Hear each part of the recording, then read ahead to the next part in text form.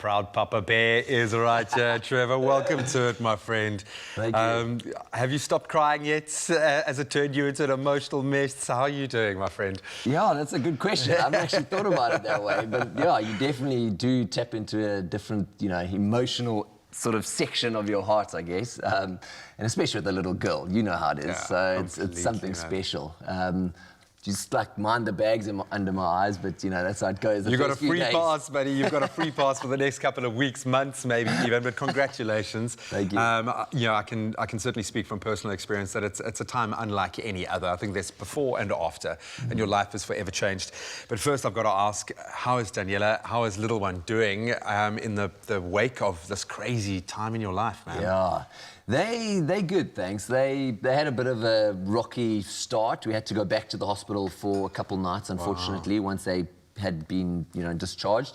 But they came home last night, and so they're happy. And yeah, so no, it's good to have them back, and they on the mend, I should say. And that's what you want. You want that health and like vitality out of them. And so they're getting there. That's really good to hear. The name Kaya Tracy Lagerway, what's in a name, man? Why that name specifically?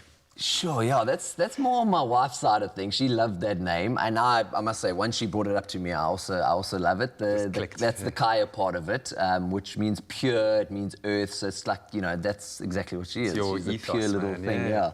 And Tracy is my sister's name. She unfortunately passed away a couple of years ago, so we wanted to just remember her, something to just bring her into the fold. We thought it's something special for the family. Really is. And it's the first grandchild for my mom, and Tracy was my mom's her firstborn. So yeah, it's something special. And that gives Kaya a connection to her as well for the rest of her life, which is beautiful. Exactly. The pregnancy, was it difficult? Was it challenging for Daniella, for you guys as a team? Because you are really a team going through that process. Exactly. As much as you've got to be a bystander, you also have to be involved. And especially in lockdown. I mean, you're in each other's space 24/7, and so you learn a lot about each other.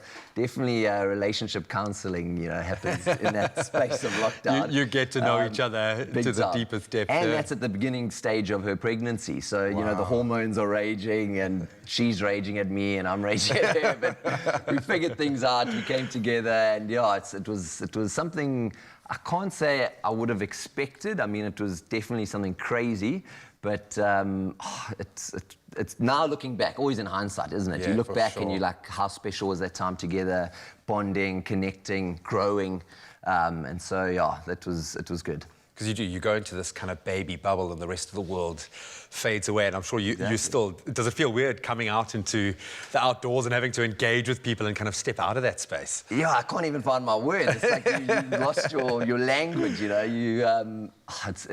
is. You take it for granted. Let me just put it that way. You take the outdoors for granted. You take seeing friends for granted.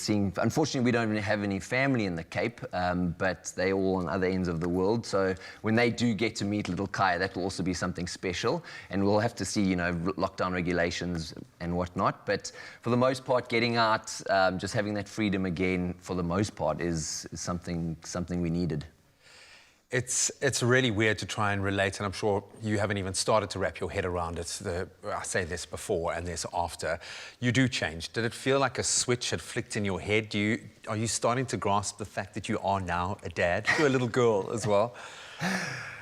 I am. I must say though, I went to do a little workout yesterday to just kind of clear my head, and I hadn't done some exercise for a few days, and while I was in my routine, you just basically doing your normal life, my normal workout, and you kind of, let's say, forget about her in a sense briefly, and then as you're driving home, you're like, oh my word, I'm a dad.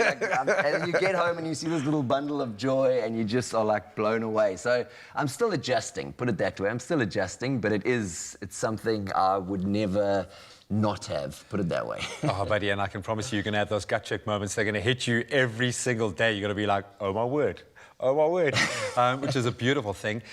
What do you want for her? From what you were able to get growing up, what you got from your parents, what do you want for your little girl? Sure.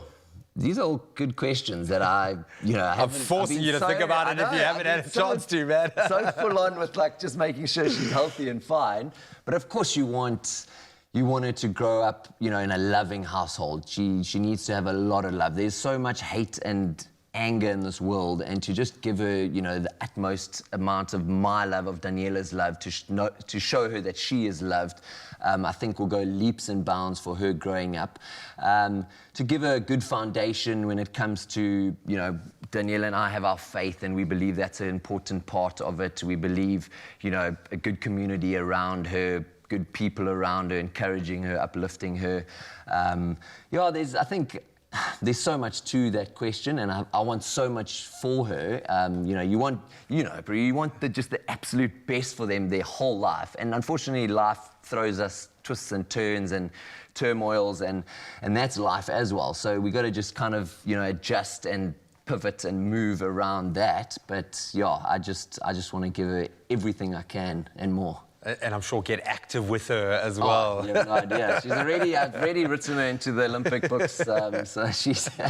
I watched Roland Garros this weekend. Yeah. A 17-year-old girl came from and nowhere. Dominated in the process. Dominated. I was like, Kaya, that's you in 17 years, my girl.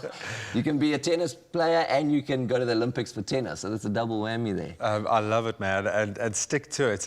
I'm picking up some gems from you already. I know there are a lot of new parents, or maybe parents-to-be, going through exactly what you've been through over the last couple of weeks. Do you have some advice for coping over this crazy time to get the most of it? Because you want to make it through it, yeah, but you also want to enjoy it and be able to savor those magical moments. Do you have any advice for guys stepping into the role like you are? Yeah, so I think as you were mentioning that, the first thing that came to mind is because this is a trying time, because this is a difficult time, don't like rush this time away. Don't like go, oh, this sucks. Like, I want life to be back to normal. I just want to be back, you know, making the money I was, X, Y, and Z. Like, actually go, hang on, what can we take out of this? Like you could with your daughter being in lockdown, you could, you know, really embrace 3 hours with her, which you never would have got prior to lockdown.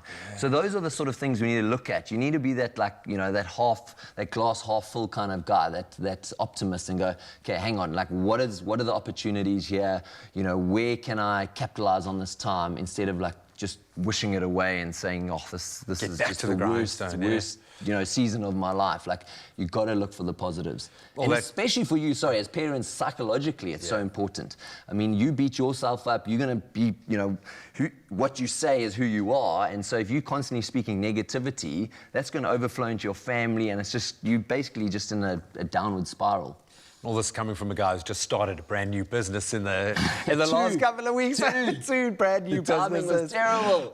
Or maybe it's auspicious, so maybe it's perfect timing, my friend. Perfect timing. There you go. But I think you've got so much to look forward to on the horizon, and I'm sure you're looking forward to putting Cat through his paces after everything he did to you in Curaçao. Yeah, exactly. So, of course, that's what's going to be happening. I heard the name Blasters being mentioned just now. We've got a fitness and a post-workout recipe with Trevor Lagerway coming your way in just a moment.